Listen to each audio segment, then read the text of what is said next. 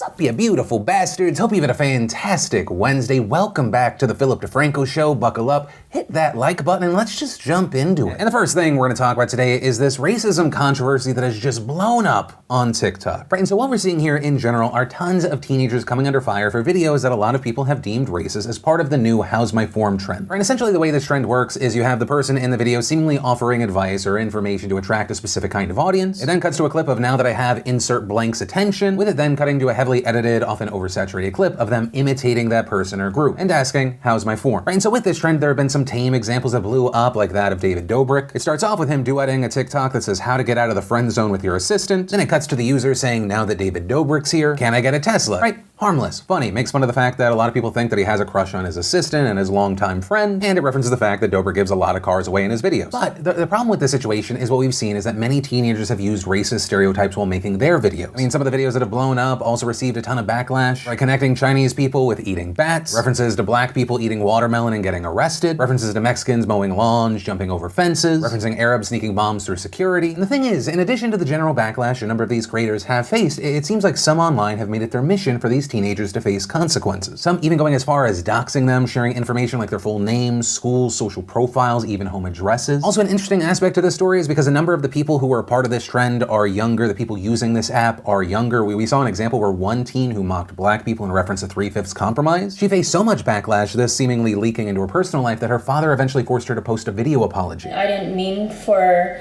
it to come off as racist, even though considering the context of it, I didn't mean it like that. I was just doing a TikTok trend, and my actions aren't okay. And in fact, because the backlash and the real life consequences have become such a big part of people posting things to TikTok, especially when it's deemed racist, we've actually seen people use the trend to target those people who end up getting backlash and real life consequences. And that last TikTok is actually in reference to a different racist video. And that video reportedly featured Stephanie Freeman and Jeffrey Hume, who are high schoolers in Georgia. And the premise of their video was that they were going to make N-words. Jeffrey also says the N-word in the video before mocking black people and saying they don't have dads. They say the watermelon fried chicken thing, then going on to say that black people don't make good choices, then going on to say that black people rob people, and specifically whites, yeah, they do that. And then finally mocking black people for going to jail. Now, in addition to there being overwhelming anger because of this video, they were reportedly expelled from their high school over this behavior. Hume, who's reportedly an independent wrestler, being dropped by wrestling organizations associated with him. Also, we've seen Freeman specifically facing even more criticism after people spread posts from an Instagram account allegedly run by her. In those posts, she appears to apologize, saying things like she believes blacks are humans too, begging people to stop trying to ruin her life. But I do want to note there, while that part has been heavily reported, it is unclear whether or not these posts are really coming from Freeman. There's also been a part of this story being spread around where internet people are apparently trying to get Freeman's college acceptance revoked. But there, I haven't been able to independently verify anything, and in fact, according to Heavy, the college people suspected she was planning on attending has said there is no record of her admission. And so, there's all of that happening right now. And as far as my opinion here, one, I'm not co-signing any of the doxing, death threats, and any general craziness. Right, that's not okay and generally horrifying. Two, freedom of speech is a thing, but that does not mean freedom from consequences. No one, generally, other than people that fit that same description, want to be associated with racist assholes. And understand, I am saying that there is a difference between jokes that go too far, people who don't really understand how heavy what they're saying hits, and then there's the overwhelming, disgusting racism that we witnessed in that last video. And finally, three, don't be stupid. Stupid? When you post something on the internet, it does not exist in some different alternate world. It is just an extension of your real world. So what you do in one can have consequences in both. And understand, I say this hoping that the people that are in these stories, right, that there's growth there, right? Hopefully people are learning and it doesn't just drive them further into ugliness. And also understand, I say this not from a place where I'm holier than thou shouting from the top of a mountain down. I say this as someone who has constantly said,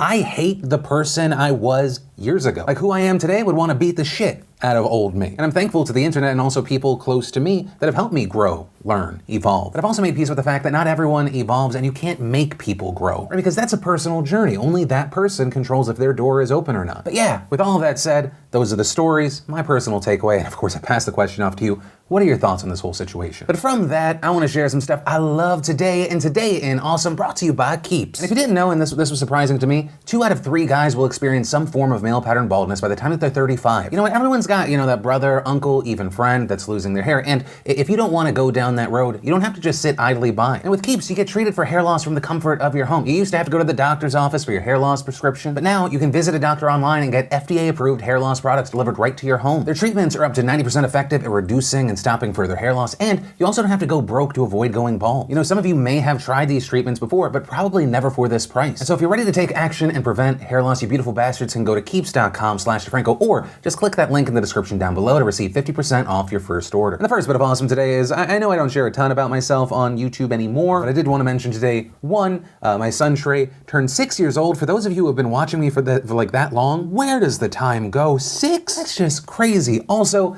Trey, if you randomly are watching your dad's old videos, you're not. You got better things to do. But if you happen to come across this one day in the future, I really do hope you know how happy you made me, how proud I am of you, and just how blessed I feel to be your dad. Being a part of you growing up has 1,000% made me grow up. Not completely, but you know. Everyday strides. Then, in awesome for Bucks and Tom Brady fans, we got the news that Rob Gronkowski is gonna go to the Bucks. He is officially coming back and has been traded. And I just want to say this as a very, very sad Jets fan. Did y'all not just let Tom Brady have a bad season? And I know some people are gonna be like, well, what about last year? Yeah, they didn't win the Super Bowl. They lost the wild card game, but they were 12-4. I understand. I say this with no hate in my heart. Like, I think that Tom Brady is the GOAT. But there was a part of me that just wanted him to see what the other half lives like. Then we had Phineas explaining how he builds songs for Billie Eilish. We got the trailer for White Lines. The New Yorker gave us the streets of Seoul, South Korea under quarantine. And hey, if you want to see the full versions of everything I just shared, the secret link of the day, really anything that I talk about, links as always are in the description down below. And then let's talk about why there's been such a focus on businesses in the news right now. And this is kind of on 3 fronts. And first up, we have an update and expansion on something we covered earlier this week, that of course around the Paycheck Protection Program. And you know, there we talked about how tons of local businesses didn't receive any of this funding meant to keep companies afloat before that fund went dry. But at the same time, and part of the reason the funding went away so fast is you had these massive companies like Shake Shack receiving $10 million in funding. Though, as we talked about earlier, they announced that they would be returning that $10 million. And the thing is, now we have a much better and bigger picture about what other big and public companies have been receiving PPP funding. But unlike Shake Shack, it appears that so far they are keeping it. You had companies like DMC Global, a metalworking business with a market cap of $405 million, receiving $6.7 million from the PPP loan. You also had the likes of Wave Life Sciences and Mankind, both of which have market caps over $270 million, accepting $7.2 and $4.9 million. J. Alexander Holdings taking in $15 million with a market cap of 74. Other companies taking home $10 million or more included Fiesta Restaurants, Potbelly, Quantum Core, Hallador Energy. And also, one of the things we've been seeing is companies like Ruth's Chris figuring out a way to strategize how to get even more money. Right, these loans have generally been capped at $10 million per organization, but Ruth's Hospitality Group, which owns Ruth's Chris Steakhouse, was able to qualify for $20 million by seeking 2 separate loans for its 2 subsidiaries. And while they've gotten the most attention here, they're also not the only one. You had Brazilian steakhouse chain Fogo de Chão doing the same, right? And so with this, as expected, a lot of consumers are not pleased with these big companies. We've even seen a petition growing demanding that Ruth's Chris return their $20 million, saying many small businesses are now being told there is no money left for them and they cannot pay their employees and may have to close forever. And adding, this is a travesty and a disgusting display of corporate greed during a time of disaster. And as of recording this video, it has over 220,000 signatures, and of course it's still growing. It's also not just consumers who are frustrated. You had people like Representative Nydia Velasquez, who's the House Small Business Committee chairwoman, and she tweeted, "We need transparency and safeguards to be certain that funds from PPP reach true small businesses. Big companies shouldn't use up resources intended for struggling neighborhood small businesses which are suffering so severely." But all of that said, there is some good news here. You know, like we talked about on Monday, there were new plans for more PPP funding that was in the works, and we've now seen the Senate pass a $484 billion interim coronavirus funding bill. And this time around, it does appear that there are a few things being done to help smaller businesses. Now, reportedly, the way that it's breaking down is you have around $310 billion set to replenish the PPP, and $60 billion of that is set to go to small lenders and community banks, another $75 billion going to hospitals, $25 billion going to testing expansions, and then $60 billion is going to emergency disaster loan grants, which will help communities in underserved areas. Now, as far as what happens from here, the House is expected to take a vote on this on Thursday, so we're gonna have to wait to see how that goes. And for the sake of conversation, let's say that it passes there on Thursday. It's quickly on Trump's desk, it's signed, it's all good. One of the big questions here is, will this round of money run out as quickly as it did the first time around? And here, I'll say, you know, you can never perfectly predict the future, but we've seen experts saying that small businesses should not be shocked if the funding only lasts a couple of days. You know, the first time around, 1.6 million applicants were approved. Right, the scale of what we're talking about is staggering. I mean, you had the Treasury Department even saying the SBA has processed more than 14 years worth of loans in less than 14 days. Right, even hearing those staggering numbers, 1.6 million, 14 years worth in 14 days. The thing here is we don't actually know how many businesses applied or even tried to apply. But the thing is that 1.6 million small businesses, that's just a fraction of the roughly 30 million small businesses in this country that employ close to half the country's workforce. Right, so it is incredibly likely that all these loans get gobbled up even without the big players trying to exploit the system. Now with all of that said, the second bit of business news is also about the PPP loans, though this is between Harvard and Donald Trump. You know, on the note that we just talked about, you have people requesting that companies give the money back, saying it's not meant for you. And yesterday, during the press briefing, we saw a reporter ask Steve Mnuchin if he was going to request that other companies give the money back, and there we saw Trump jump in. I'm going to request. You're going to ask them to return that money? Yep.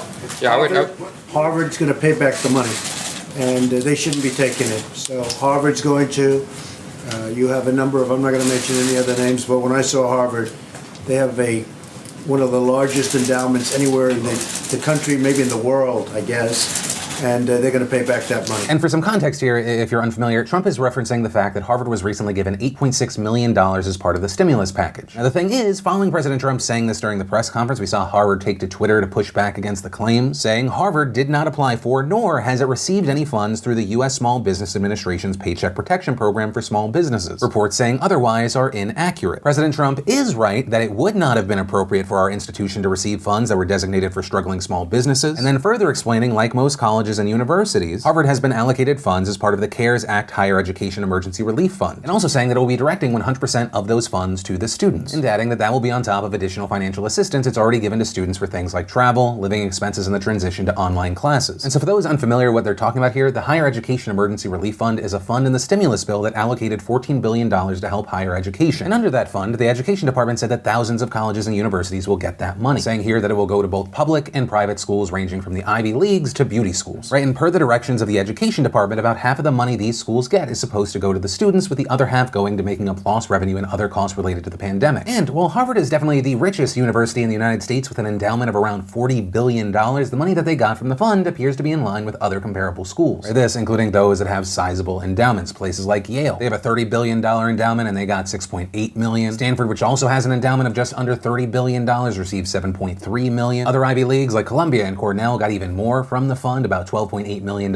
each. But the way that this program was set up, the money isn't given out based on how much the money these schools already have. The way that it's set up is it's actually allocated based on a formula that takes into account the overall student enrollment and income level of that student body. And that was specifically measured by how many students at each school are receiving federal financial aid through federal Pell Grants. Right, and so looking at Harvard specifically, according to Harvard, 16% of their 6,600 undergraduates are Pell Grant recipients. So in the 2018-2019 academic year, the school gave $200 million in scholarships to undergrads alone. And that's why we also saw plenty of schools with less money getting bigger chunks of the stimulus as well. Right, for example, the biggest sum went to Arizona State University, which got $63.5 million. And that's because they have 83,000 students and about half of them are considered low income. Right, but with all that said, one of the main focuses with this story is that Harvard was the one that got a ton of backlash from others, not just Trump. And this included the likes of Republican senators like Rick Scott, Josh Hawley, Ted Cruz, even Education Secretary Betsy DeVos seemed to echo this sentiment, with a spokesperson for the department saying sending millions to schools with significant endowments is a poor use of taxpayer money, with the spokesperson also saying that DeVos had sent a letter to the college and university presidents asking them to send the money back if they don't need it. But also, with this situation, we've seen DeVos taking some heat herself, and that is in part because she's in charge of distributing an additional $6 billion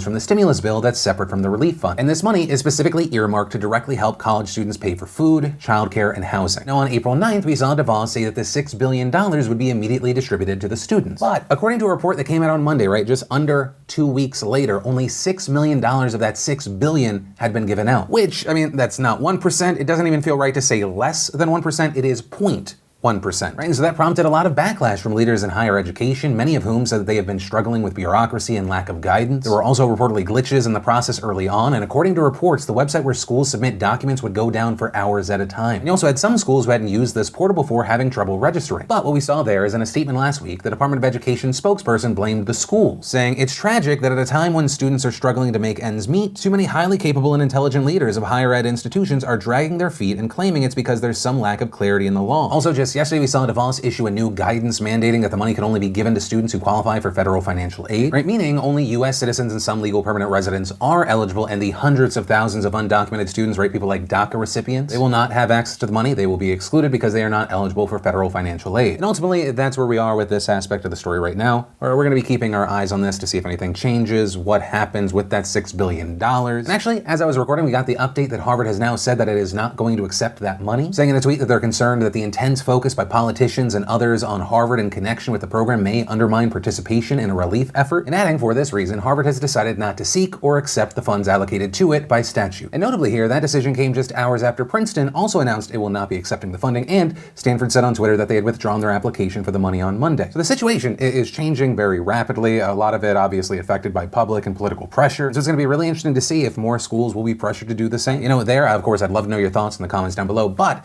this also brings us to the final bit of business news, and that is business in Georgia. And understandably, a big chunk of this story revolves around Georgia Governor Brian Kemp, who at the beginning of this month famously said, "Those individuals could have been infecting people before they ever felt bad." Well, we didn't know that until the last 24 hours, and as Dr. Toomey told me, she goes, "This is a game changer." And there, of course, as we've discussed in the past, that is just absolutely not true. Experts had literally said that for months, so it was either a bold-faced lie or he is the dumbest man in Georgia. Though, to be fair to Brian Kemp, it could be both. But that announcement, that statement from Kemp, that's not what we're talking about today. What we're talking about is that on Monday, Governor Brian Kemp announced that the state would be reopening on Friday. And notably here, that would include reopening gyms, bowling alleys, tattoo parlors, barbers, hair and nail salons, as well as massage therapy businesses. With a second wave of reopenings coming a few days later on the following Monday, that including dine-in restaurants and movie theaters. And while those businesses will need to follow social distancing and sanitation guidelines, this is still the broadest rollback of stay-at-home orders that we've seen in a state so far. Because that order was so broad, you had a lot of small business owners saying they were caught off guard, they weren't expecting to reopen in the state so soon, some saying that it was so fast they need more than just a few days to ramp back up. And you also had others critical of the move in general, some saying that they'd refuse to reopen before health experts said that it was safe to do so. For example, we saw people like Diane Fall, owner of Maxim Barbers in suburban Atlanta, saying it's putting economics before lives. Kemp's putting it out there like he's doing us a favor, but I'd rather be alive than run my business